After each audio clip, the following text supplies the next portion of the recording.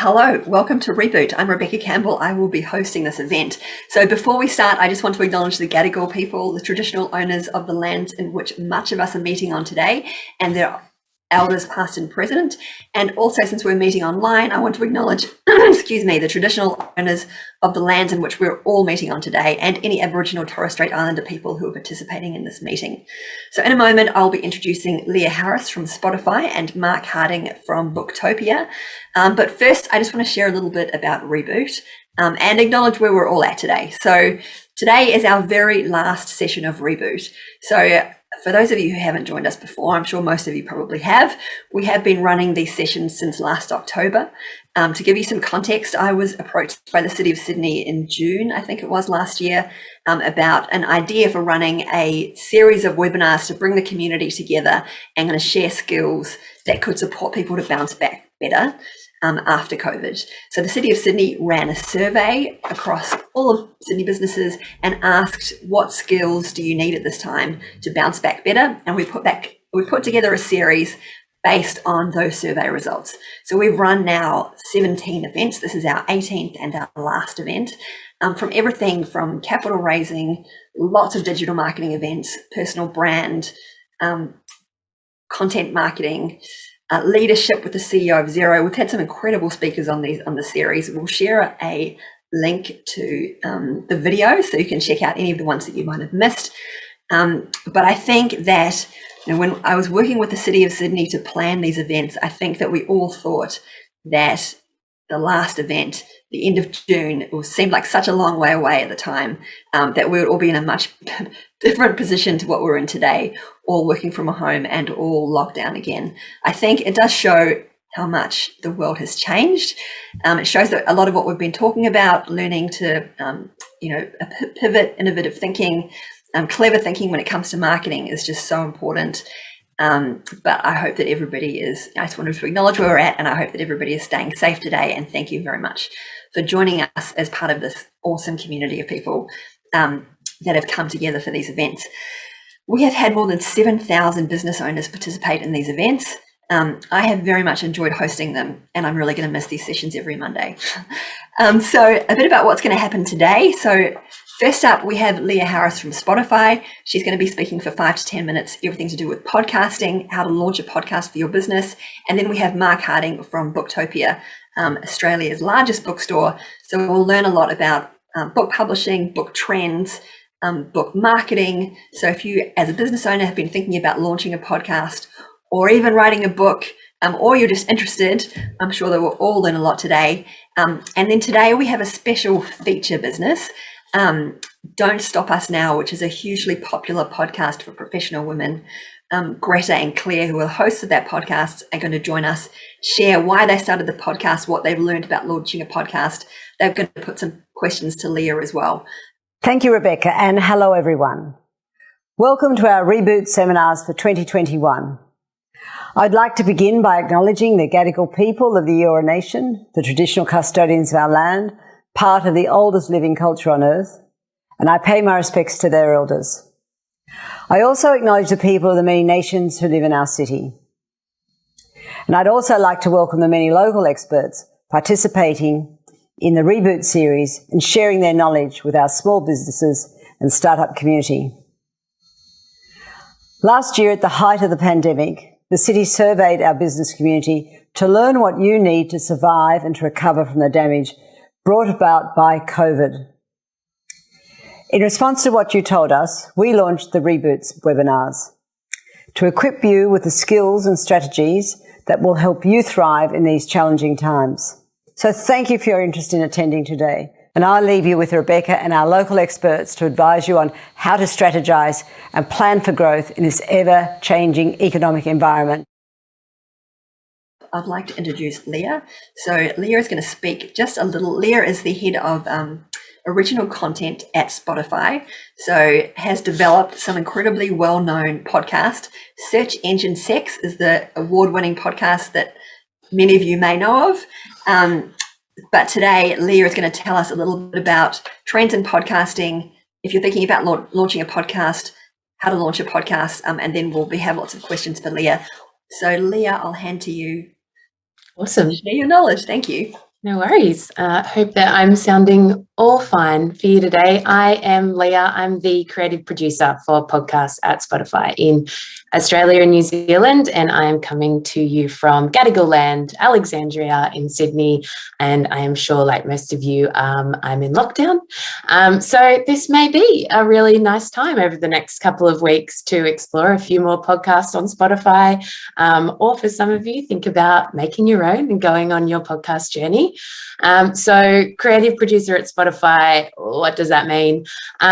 It means I am responsible for developing out and overseeing the creation of new original podcasts and projects for Spotify.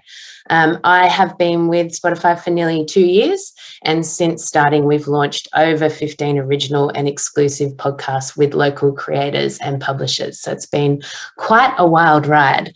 Some of these titles include our partnership with Casefile, The Health Code. Some of our originals are G Thanks, A1 The Show, which is based off our really popular hip hop playlist. Emsolation with Amraciano, and of course Search Engine Sex. These shows cover a wide range of hosts, talents and formats, so we're learning pretty quickly how to build really great shows and serve the right content to the right audience at the right time. The one pretty great thing about working for Spotify is that we're in such a growth phase with a huge growth mindset. So when it comes to content, we're always looking at ways to innovate, use the back-end tech of Spotify to build out new content formats, and trying to grow podcast listening as a whole.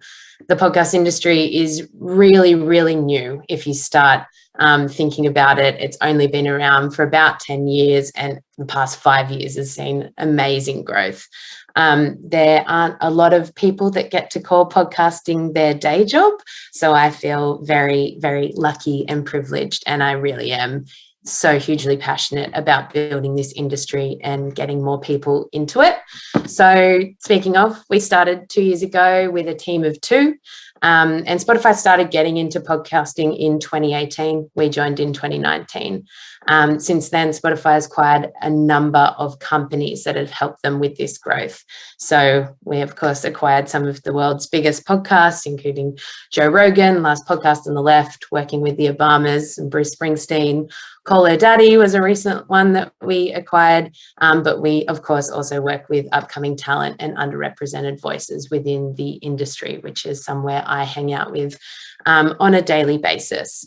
Locally, we've now grown to a team of 5 with a head of studios. So the head of studios oversees my work on the original, exclusives and project side, oversees our partnership work, which includes working with creators such as independent podcasters, as well as podcast networks and publishers, to make sure that their content is on the platform and growing their audience. And then he's overseeing our programming team, who curates and surfaces podcast content on the platform. So you may have seen podcast playlists, very much like we as Spotify changed the game with music playlists. We are well on our way to changing the game with podcast playlists. But we are here to grow podcast listening on Spotify. There are millions of Australians using the Spotify platform for music. You may be one of them, and we're a bit obsessed with them.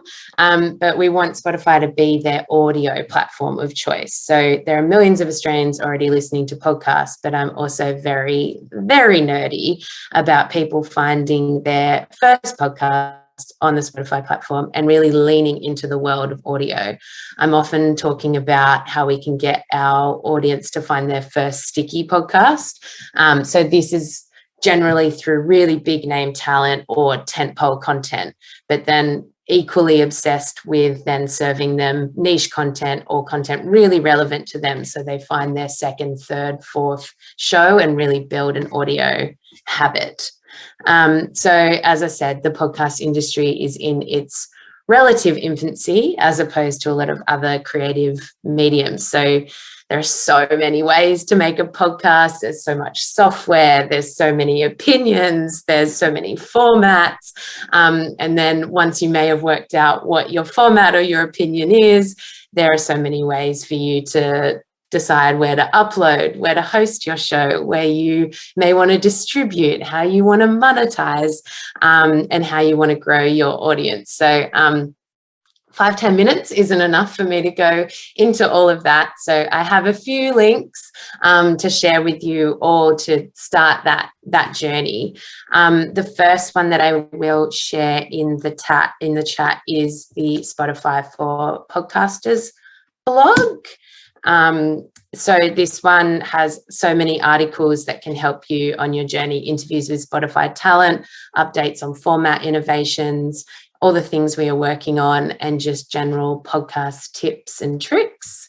The second link I'm going to share is a podcast, which you might have some time to listen to over the next 2 weeks. So this one is called Gimlet Academy. Gimlet Podcasts is a Spotify company that was acquired by us in 2019. But now Gimlet Podcasts are listened to by millions of people each month. It has a slate of mostly narrative style podcasts, but they are known for being able to hold a listener's attention and keep an audience coming back for more. So one of the co-founders is Alex Bloomberg, and he hosts this show. So he shares a whole bunch of lessons gained from 20 years of working in audio about what it takes to produce a podcast episode that entertains, educates, and connects with listeners on an emotional level. There's so many tips to take from that. It doesn't matter if your show isn't a narrative style. He also just has a beautiful voice, and it's a really lovely show to listen to. And they're quite short episodes, which is nice. One of the best resources that I absolutely love to share is the Anchor blog. So this is another company that has been acquired by Spotify, but Anchor is a free hosting platform, but it's also software that allows you to create your podcasts and upload to all listening platforms. So it's not just to Spotify.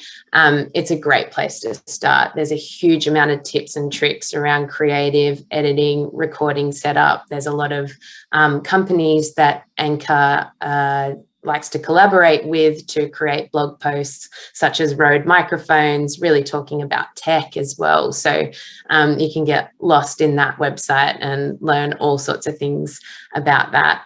I basically call it the one-stop shop for all your podcasting needs. So of course, there's a huge amount of resources out there and a million ways to make a podcast, but I thought I would just say a few tips from me around the past couple of years learning how to create really great content. No matter what you do, and no matter the style of show you make or the type of thing you're looking to make, is the biggest thing is knowing your audience. You've got to be able to describe them, describe what their commute is, when they would be listening, where do they shop, what do they have for dinner. Are they the kind of people who have an hour to listen to a show? Are they more like the people that need 10 minutes? Do they love a long form interview? Do they want straight up facts about your topic? Give them names, give them suburbs where they come from, give them their kids' names, their coffee order. Know your audience's coffee order. Maybe they're more of a turmeric latte person because coffee keeps them up at night. And maybe that's when they'll be listening to your podcast, because we can all use podcasts to fall asleep too. I think knowing that audience profile down to the tiniest detail will always help you make really big decisions and even really small decisions about your show. You might be thinking about, oh, should I cut that interview, or thinking about what guests to come on, and you can always go back to that person that you created that's listening to your show and really think about that person's behavior. The other one is just know your why. I know it sounds really simple and basic, but it's something to just keep you coming back. Why are you making this show? Why this? Why now? That will always come back to when you have to make hard decisions about your show. You must have an identifiable gap. You have to really research your content category and identify why your show is different, or why right now is the time to make that show. The research on all the different types of shows will tell you what you like and what you don't like.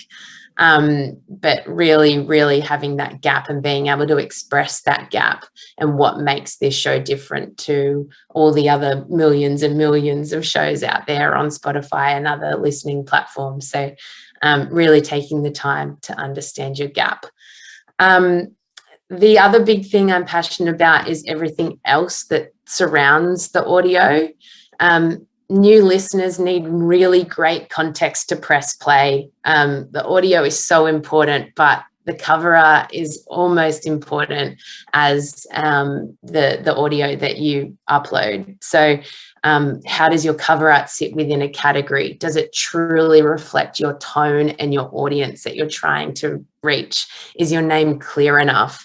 Remember that the real estate that you have for your cover art is tiny on a phone. Is it legible? Like it's really basic stuff, but when you start scrolling through cover art, you'll start to see you can't tell what the name is of something. Does it do what it says on the tin? It has to be really simple for people to want to press play.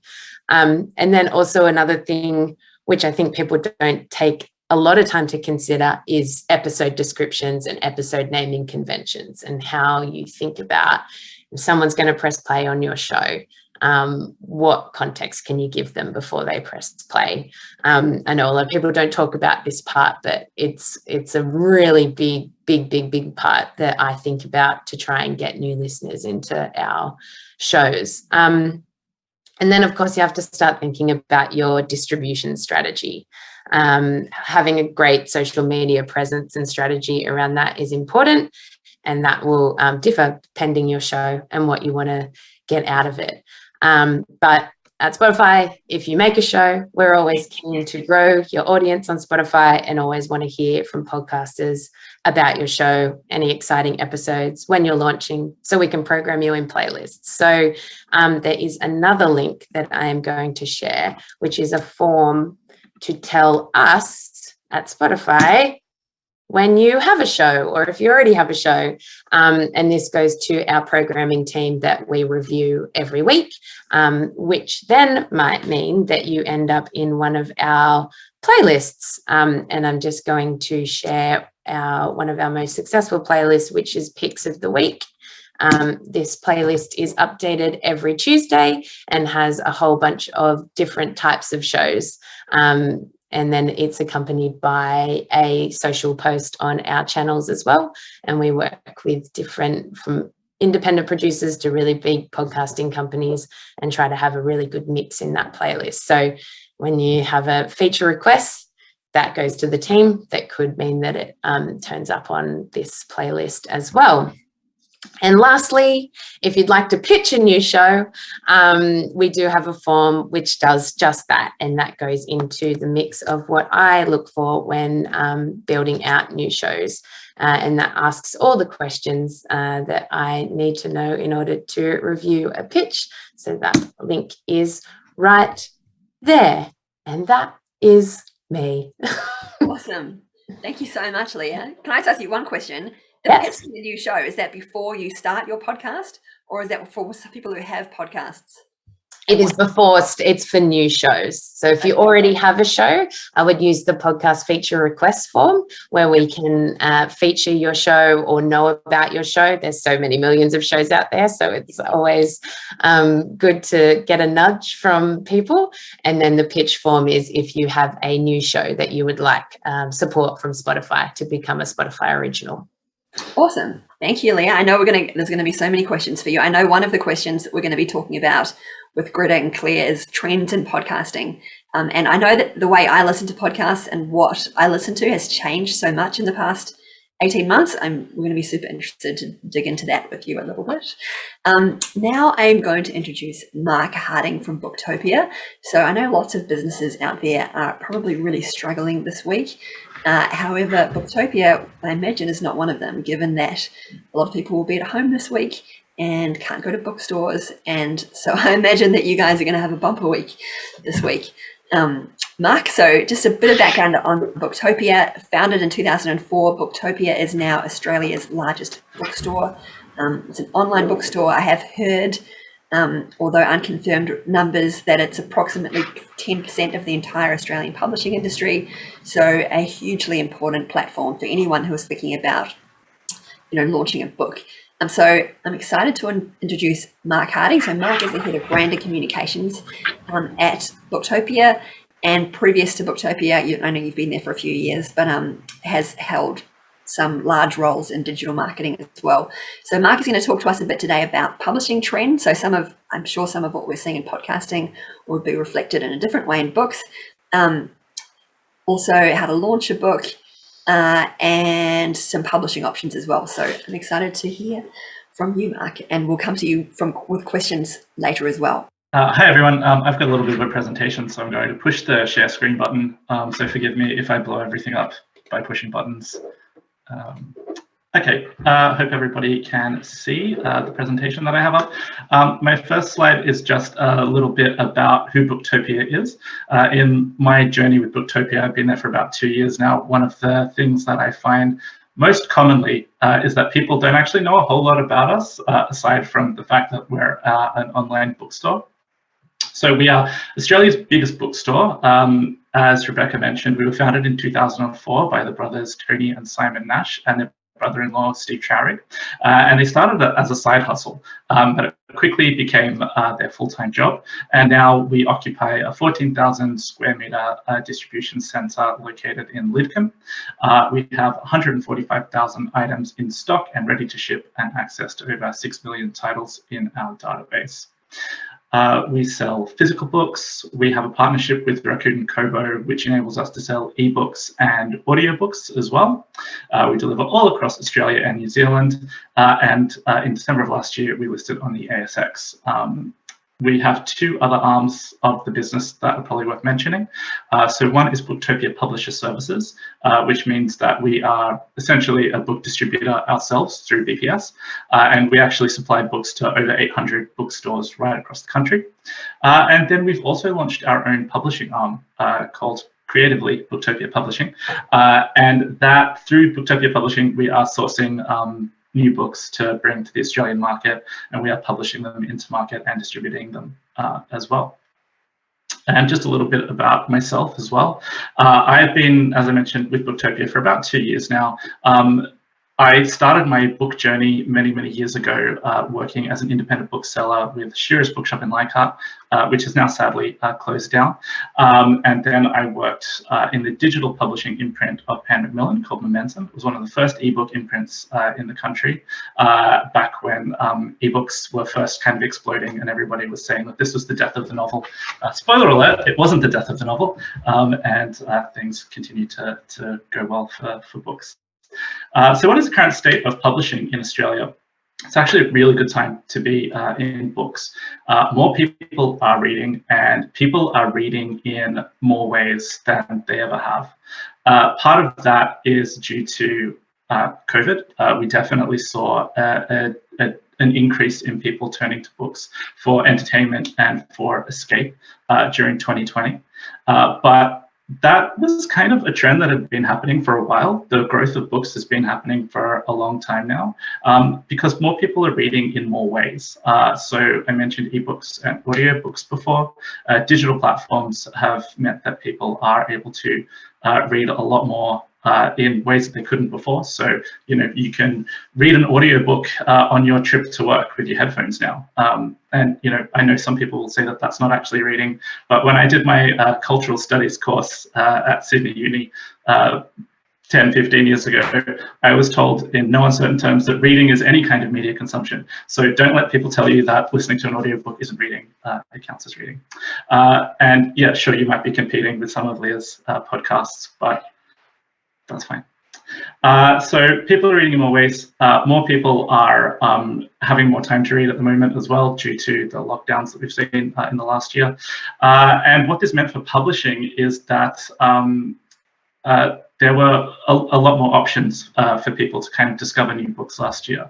What happened in the publishing industry, though, is similar to kind of what happened in other entertainment industries last year. So we all know that all the big blockbuster movies got delayed because of COVID, and a lot of big books got held back as well last year because the traditional kind of marketing and publicity tours that authors go on were no longer an option due to lockdowns and social distancing and all that kind of stuff. So a lot of books got held back, and a lot of people had to turn to online promotion. So we at Booktopia have a pretty strong roster of people who come into our headquarters and sign stacks and stacks of books, and we sell lots of signed copies that way. Obviously that wasn't an option for us last year, so we wound up doing a lot of stuff like Facebook Lives, where we would interview authors live on Facebook. We did some really exciting stuff last year through that. We had our own daily podcast at the height of the lockdown in Sydney that we were releasing as well, and lots of kind of digital promotion through our blog as well. So one of the things that happened, well, two things kind of happened last year with the delays in big book releases. One was that there was a glut of big books that kind of got released towards the end of the year, close to Christmas. And the other was that there were some strategic releases that happened during the kind of height of lockdowns. And both of those strategies actually paid off for publishers, because more people were reading. That glut of books that came out towards the end of the year actually all found audiences because people had gotten into the habit of reading through the year and were definitely on the lookout for those books, and they were great gifts at Christmas as well. And then so books like All Our Shimmering Skies by Trent Dalton, that is the follow-up to Boy Swallows Universe. That was originally meant to come out in June of last year. It got delayed until September, but it still had a really, really strong run towards the end of the year. And then The Dictionary of Lost Words, which is a book by Pip Williams, came out last year in the height of lockdown. And because it had a little bit more space, because a lot of the bigger books weren't being released around that time, it actually got a chance to get legs and find a really strong audience. And some of those books have been doing really, really well through the year. And just a nice way to think of publishing and getting into books at the moment. A friend of mine who is in publishing, I spoke to him the other day about this, and he put it in a really succinct way. He said, the pie is bigger, it's split more ways, and it's easier to get in right now. So I thought I'd touch on a couple of ways to get published for people out there who are thinking of writing a book or who have written a manuscript and don't know what to do next. I boiled it down into basically the two models, which is the traditional model, going through a traditional publisher, or self-publishing. So the traditional model means that you write your manuscript, you send it off to an agent or to a big publisher, and then if they like it, they will purchase the manuscript off you and publish it. And what you get there is the power of a big publisher behind you. And that means that they can edit the book, they will do all the marketing, all the PR, cover design, all that kind of stuff happens in-house. And you kind of have the prestige of going with a big publisher as well. And the other part of that is that there are no upfront costs to you, aside from the significant investment in time that it takes to write a book. If you want to write a novel, you're looking at about 80 to 100,000 words. So you have to think about that as an investment of time as opposed to money. It can be extremely competitive. A lot of people want to be published through the traditional model. And when I used to work at Momentum, we had this thing that we call the slush pile, and all publishers have them, which is where all the unsolicited manuscripts come every week. And they do come every week. Lots and lots of people want to get their name out there, want to write a book, want to have it published. And we used to do our best to read all of the unsolicited manuscripts that would come through to us. And I think most publishers still do, because you can absolutely find some gems that way. But it is very competitive, and it can be a slower process as well, just because of that. So then there's self-publishing, which is quite popular these days. And the main difference between the traditional model and self-publishing is that with self-publishing, you have total control of the process, because it's completely down to you. So you edit the book, you're in control of the editing process. You are in control of the publishing, you're in control of the marketing, you're in control of the cover design, you're making all of those decisions yourself. And what goes along with that is that you then have the financial costs of investing in all of that as well. But most of the time, you wind up getting a bigger percentage of royalty back per book sold, as opposed to the traditional model. But one of the cons is that you don't have kind of that engine of the traditional publisher behind you, which has all the experience and all of the knowledge in what it takes to make a book work in the market. So it can be a little bit harder to stand out, but that's not to say that it can't work for you. It absolutely can. There are lots of people who are very, very, very successfully self-publishing and have done for many years. And then I just thought I'd finish up my little bit here with some tips for book marketing and publishing. So there's a very famous piece of advice around writing, which is to write what you know. I think that advice is very sound. I would add to it, write what you know, but also write what you love. You never know, the world might need your voice, and you might not know that yet. And I think that rather than trying to replicate what somebody else has written, always try and find your voice and your passion and try and bring that through, because that's what people will connect with. I think it's really important to be a self-starter and to really take control of the process, whether you're self-publishing or going through a traditional publisher as well. As a debut writer, if you're writing for the very, very first time, nobody's going to really help you with it. You're going to have to try it yourself. Build your own audience however you can. It's really, really important to have, to be able to promote yourself and to be able to promote your book amongst people who know you and who know what you're about.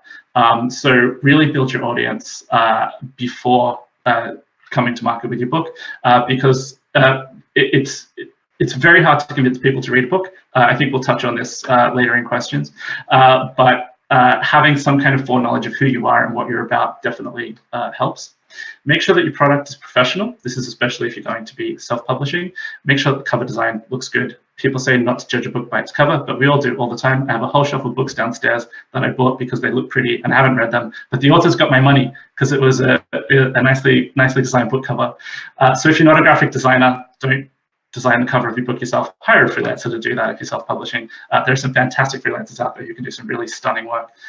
So make sure it's professional, make sure that it's edited well, that there's no typos, that it's formatted correctly. All that kind of basic stuff is half the battle in terms of just making sure that the product is professional.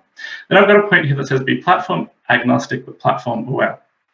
So what I mean by that is when you start to write your book, I don't think you should be considering whether you want to traditionally publish it or self-publish it at that point, or be thinking about what channels you want to lock yourself into at that point. Write your book and then let what the book is inform those decisions later on. But you should also be, through that process, aware of what the different platforms do.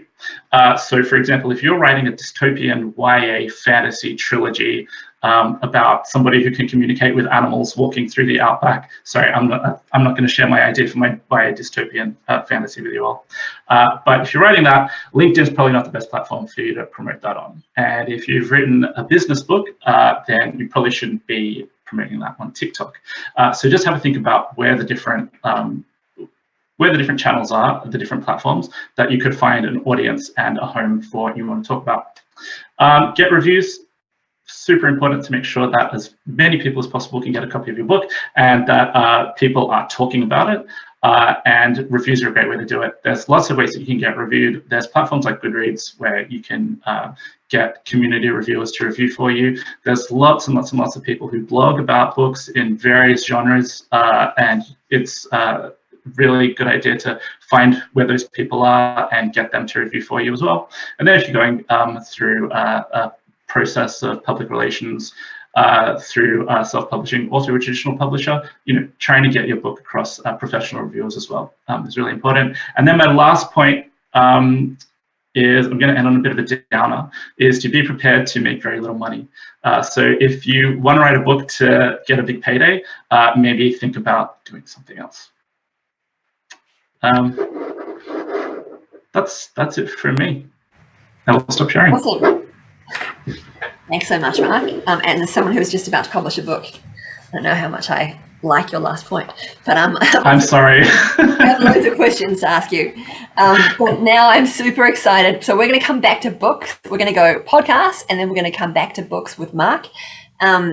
And then we're going to go to questions at the end. So I've already seen some great questions pop up in the Q&A. Please keep them coming.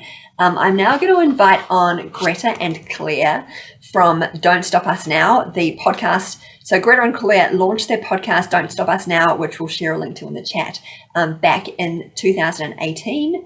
They have also have a business, I'll let you guys explain a little bit about what the podcast is about, because you'll explain it much better than I can. I can say that I have been listening to it since the very beginning, and it is a great podcast. I thoroughly recommend it. Maybe can I ask Greta Claire to explain what is the podcast about, and then I've got 2 questions for you, and then I'll connect you with Leah, and you guys can have a conversation. I know you have some questions for her as well. Great, fantastic. Well, thanks, Rebekah. It's great to be here.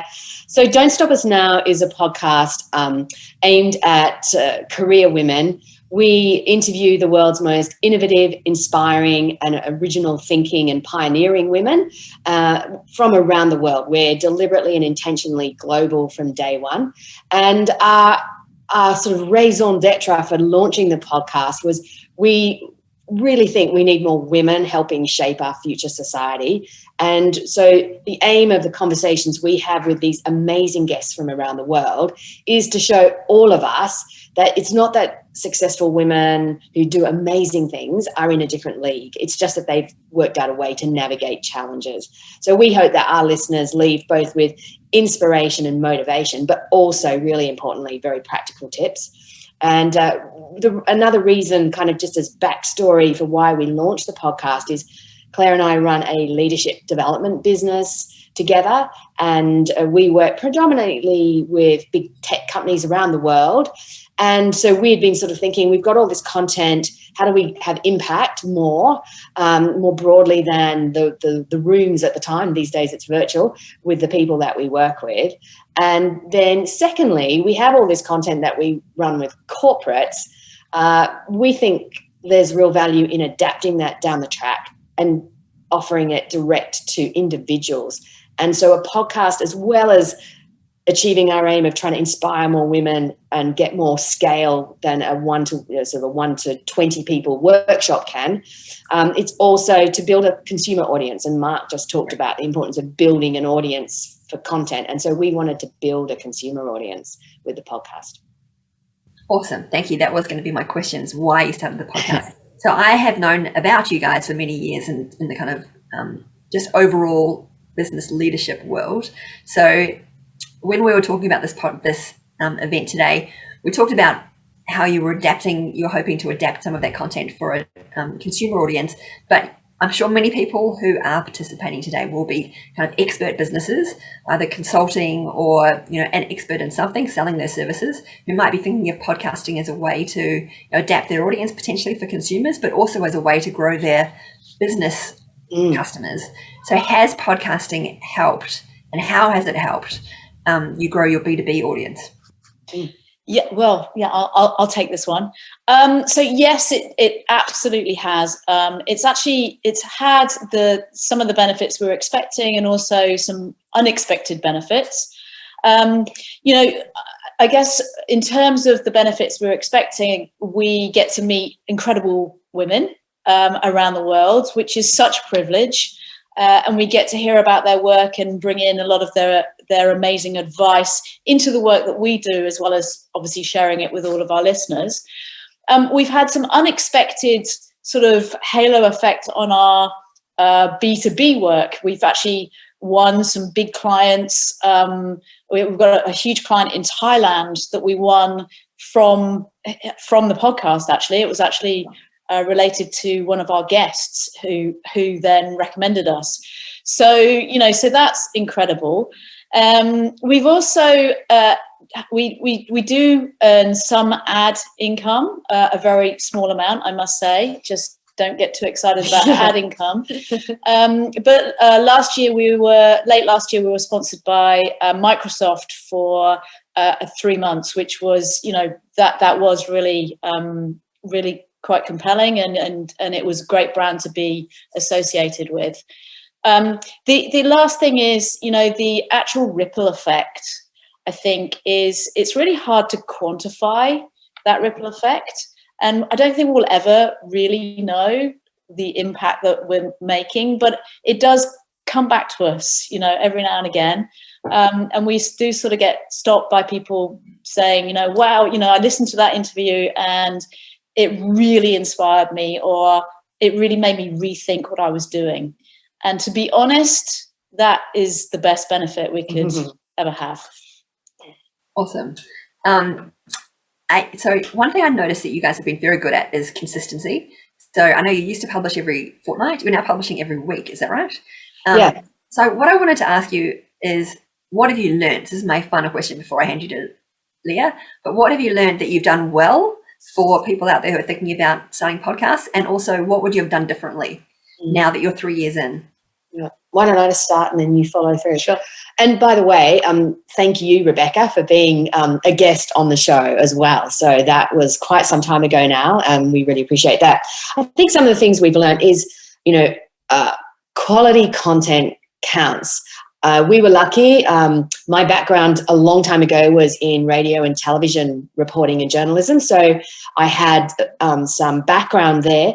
But I think, you've just got to have a great product that is compelling listening, not just the first 5 minutes, but the whole, however long your format might be. And it'd be really interesting to hear, where formats are going in length too at the moment. Related to the kind of the quality of what's said and discussed is the audio. The quality of the audio, crackling and stuff is a really big turn off. So these are things that we've learnt.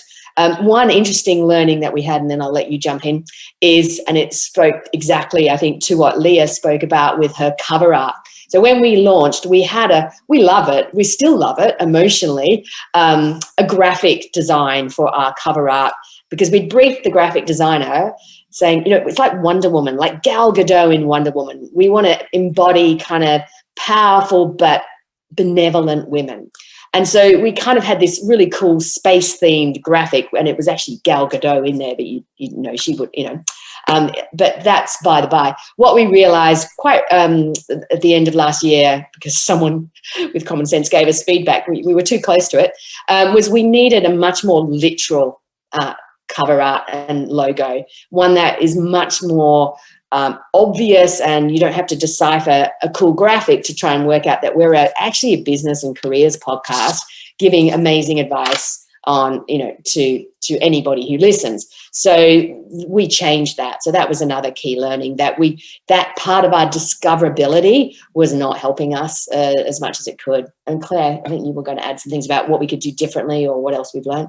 Yeah, I mean, I think the other thing that we've learned along the way is that you need to actually actively pitch your podcast really regularly to the likes of Spotify and Apple, and and even getting PR, because that makes a really, really big difference. People aren't just going to find you. You have to really get out there and push it. The other thing is that, and I think Leah touched on this a little bit, was around, and also Mark did too, knowing who your audience is and where they are. And what we found is that LinkedIn for us, we're a business podcast. We're all about career advice. So LinkedIn is actually our biggest platform. And really focusing on that, knowing, we're all running businesses, so our time is at a premium. Just finding the platforms that you think are going to have the most impact. And for us, it's been LinkedIn. So we still are on Instagram and Facebook, but it takes a lot of work, and we're kind of working out how do we stop doing that? We've pulled back quite a bit actually, and not found that it's had much of a detriment. So LinkedIn is definitely the place for us. Okay, great. Thank you. So I would now like to bring in Leah. I know that you guys have some questions for Leah, so I just want to invite you to have a conversation, really. I'll jump out. Awesome. How exciting. This for the podcast. Very successful podcasters, but you still want to take your podcast to the next level. Yeah. I know you have some questions for Leah. Yeah. Yeah, absolutely. Yeah. Yeah. So, do you want to jump in? Or do you want me to? No, you go. Okay. So, for 3 years old, and for being no names as presenters and hosts, in terms of, we're not celebrities, we're pretty proud of what we've achieved to date. So when we launched, we were a finalist in the Best New Podcast Awards. We're now downloaded in 124 countries. So we're thrilled with that. But certainly during COVID, we've seen sort of plateaus happen, and we've sort of hypothesized that that's based on people not commuting as much and everything. But what have you seen out there to that other podcasts have done to be really successful to grow their audience? You know, what kind of other things can we be doing that? And happy to take this offline later too, Leah. Should we put in a meeting? I guess, you both are in a really incredible position that you've been podcasting for so many years, and there's not many people that can say that. So yay, congrats. I guess then thinking about that, you would have years of content to be able to think about repurposing and thinking about other different formats to be able to start getting in a newer audience potentially. I guess you probably have a loyal audience that are really used to hearing your interview style format. Is there ways you could make shorter form episodes or themed episodes that go around? You know, you might have had 5 really brilliant women speaking about some form of leadership topic and bringing that together. We now every second week we have a repurposed mini episode. So we have done that, and we think how's that going? I think it's really benefited just to have that frequency to be weekly, not fortnightly. You know, we're I think at 100,000 plus downloads, or just that's on one platform, isn't it? A year now, but so that's helped. I think it's helped on the audience side. It's killing us. Yeah, I mean, the more content you have, assuming it's good, the more downloads, hopefully. Absolutely. Consistency and being able to spark people's interests at multiple times so they can scroll through your feed and find something that might just hit them at that particular moment that they have 10 minutes or 60 minutes. You just don't know. I guess with trends, going back to that, I mean, this March 2020 really shook us all up, and we kept saying every day's a Saturday in terms of data. So there was no real Monday to Friday. You know, you can really see the trends in consumption Monday to Friday, and then Saturdays is like everyone's doing anything. So we've started to see it come back to Monday to Friday. Obviously this week we can't say that because millions of people are in lockdown, stay-at-home orders.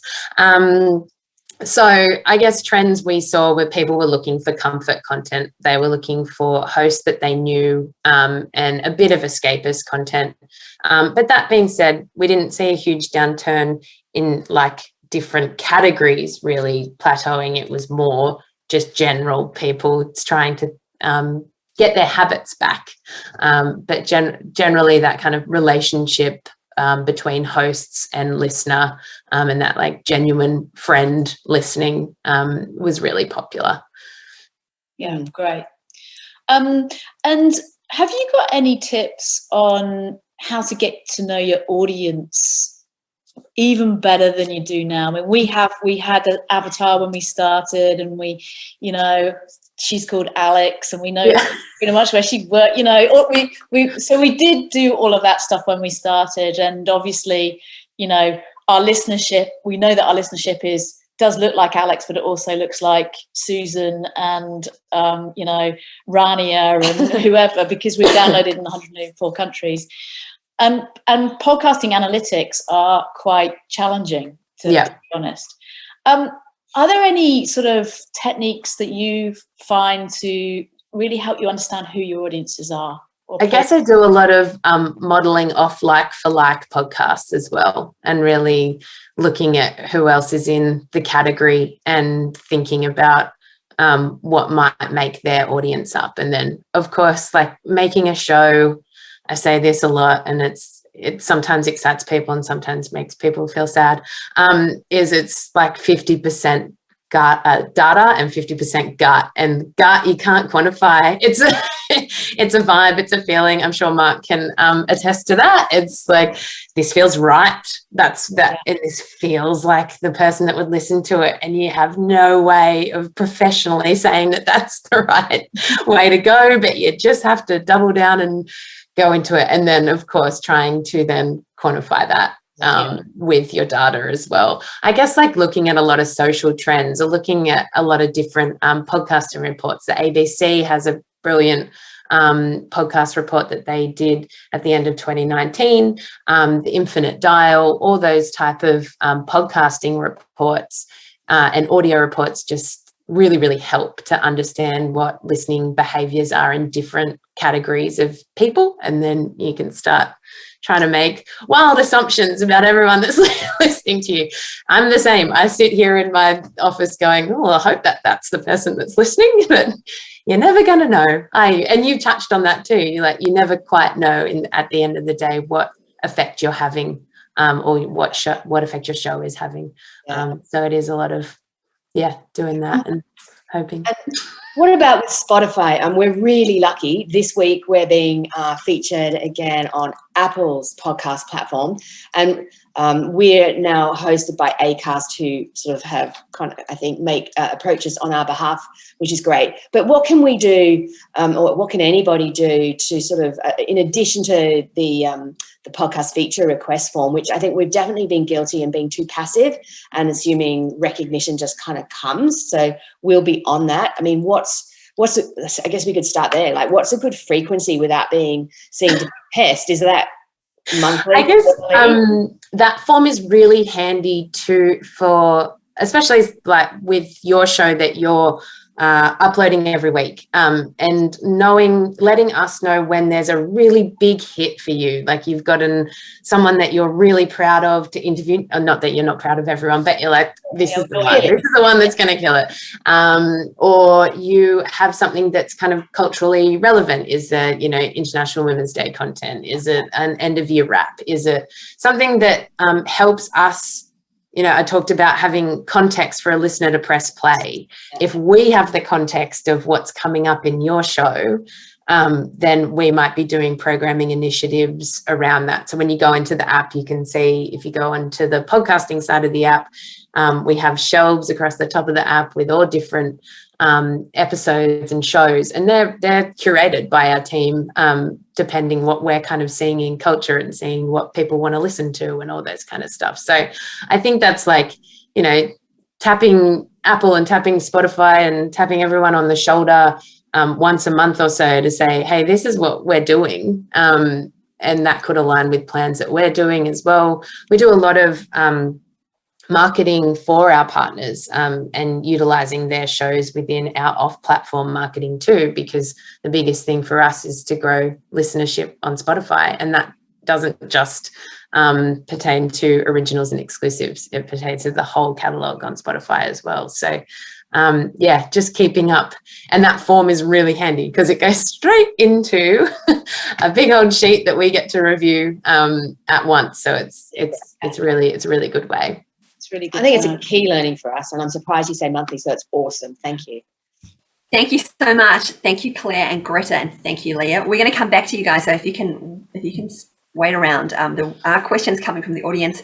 So last up, before we go to questions, I would like to ask some questions to Mark. So at these events every week for the last 18 events that we run, I've had different business owners come in and ask questions of the expert. Today, since it's my very last expert and my very last event, I'm going to put myself as the case study because I have a book coming out, actually hitting stores on Friday.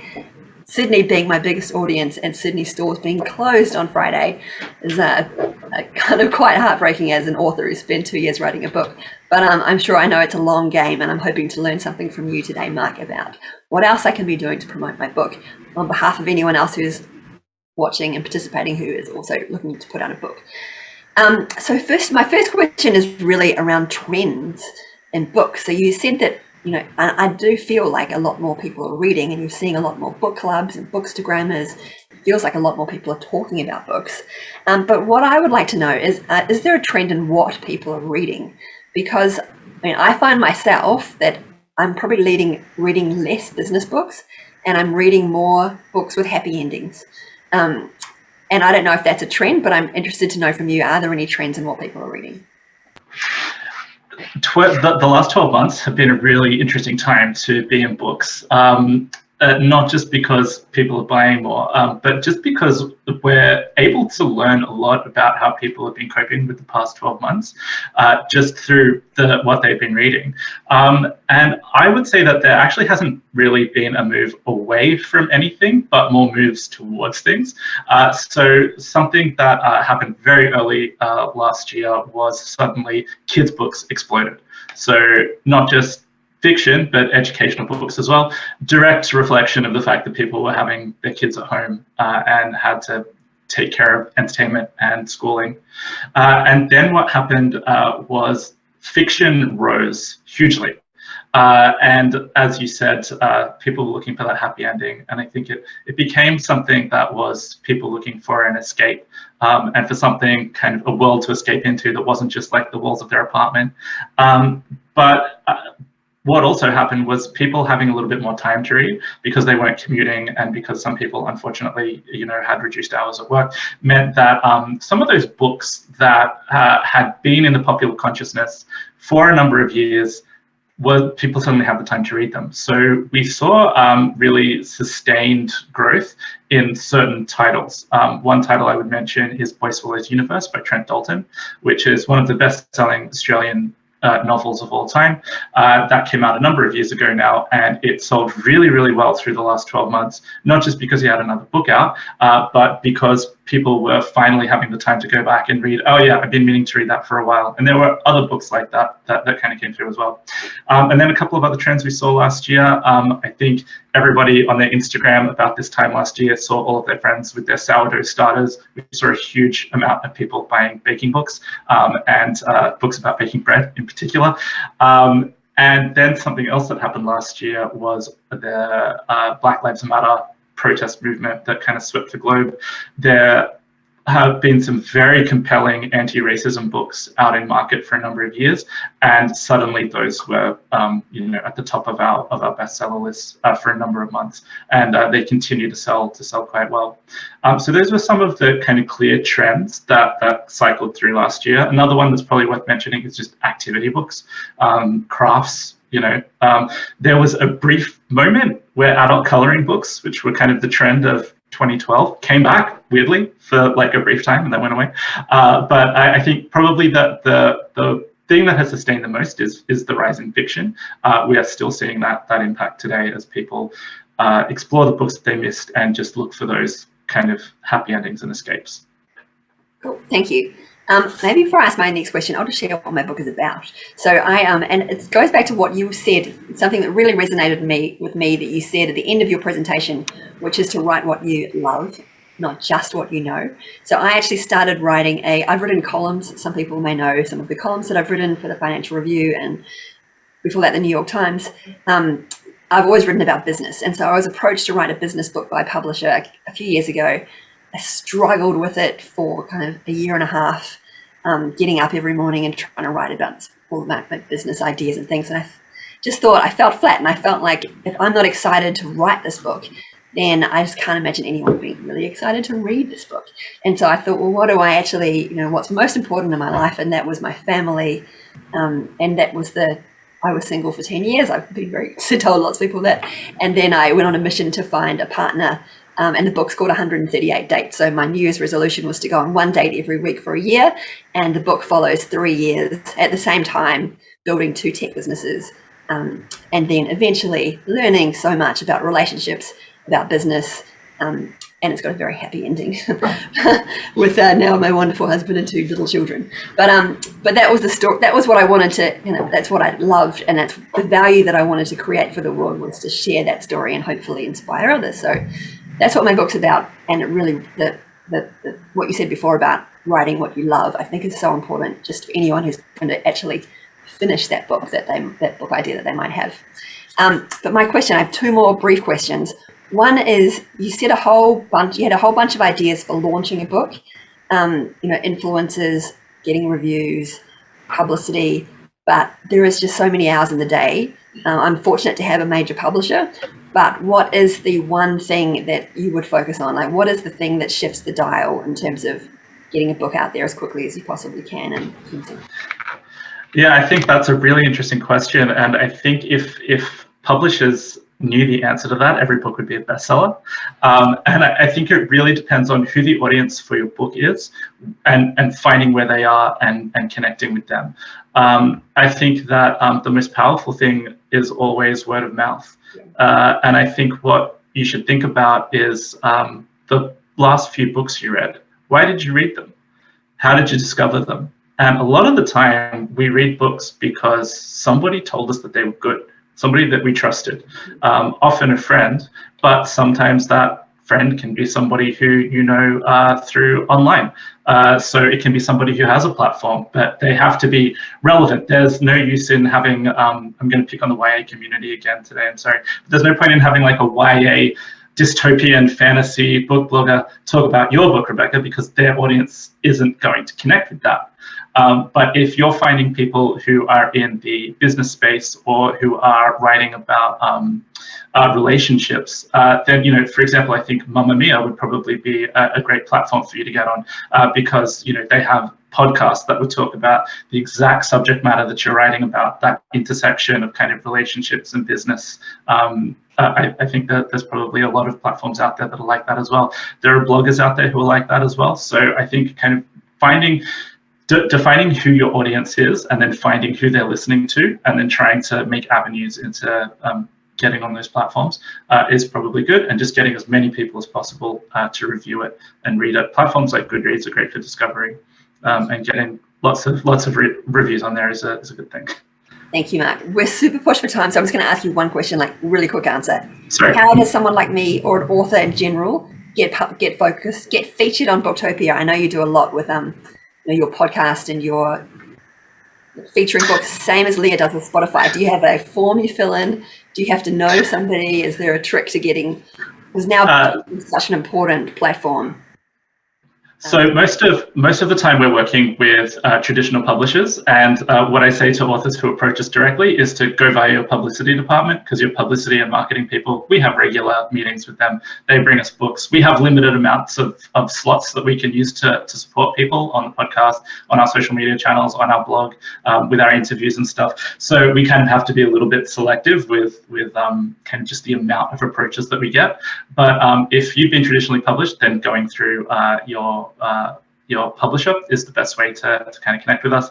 If you've self-published, then it depends on what publishing platform you work with. There are some self-published platforms that have access to marketing and PR teams, so that's probably the best way to approach us. But we also have, outside of that, we have slots in our, we've got emails, banners on the site, all that kind of stuff. Yeah. Cool. Okay, thank you. That's good to know. We're going to go to some rapid fire questions from the audience. I know that we have to wrap up by 10 past, so we will probably go to around 10 minutes over.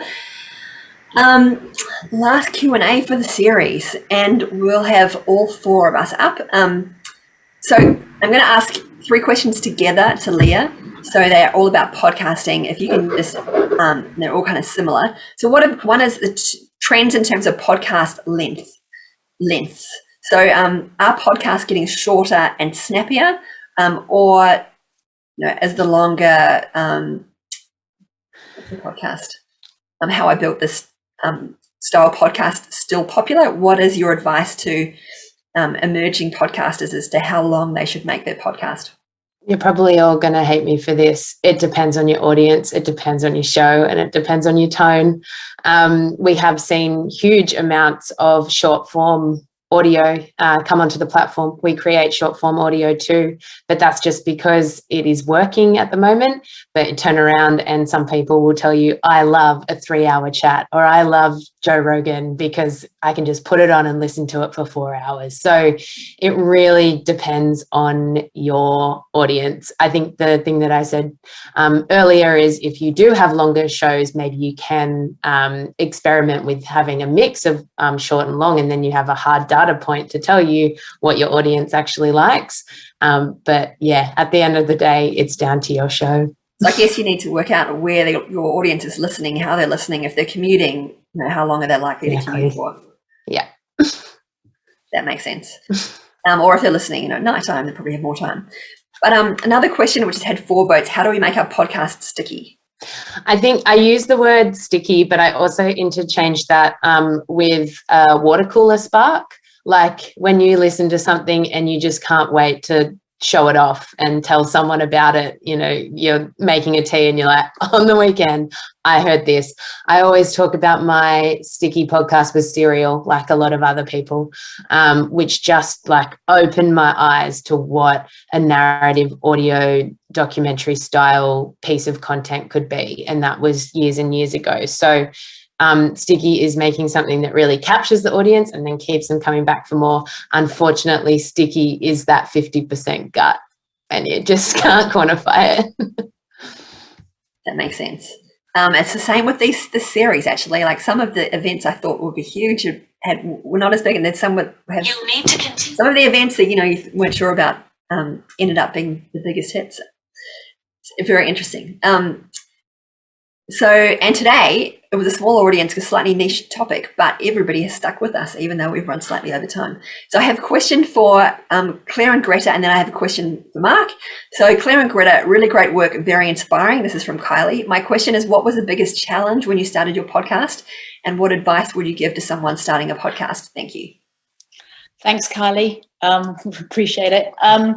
So the biggest challenge, I think, and it's continued to be our biggest challenge, is getting awareness and just getting people to know about our show and so that they download it. So advice would be, actually what we've taken out from today is what Leah said about, actually going every month and showcasing something that is unique about your show to the platforms.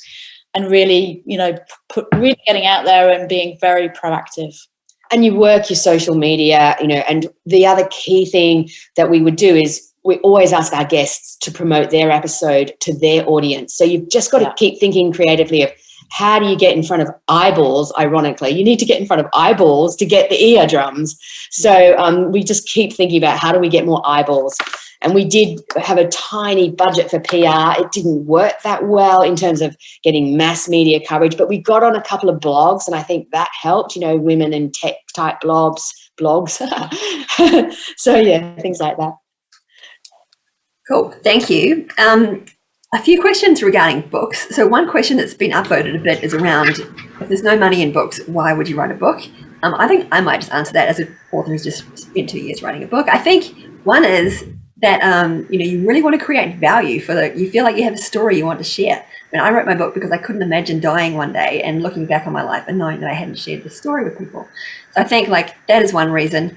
And I think that there is, I'm sure that there is money in really great books. Some books obviously do make money, but for the perspective of a business owner who might be thinking about writing a book, there is so much more that comes from a book than necessarily just the book sales.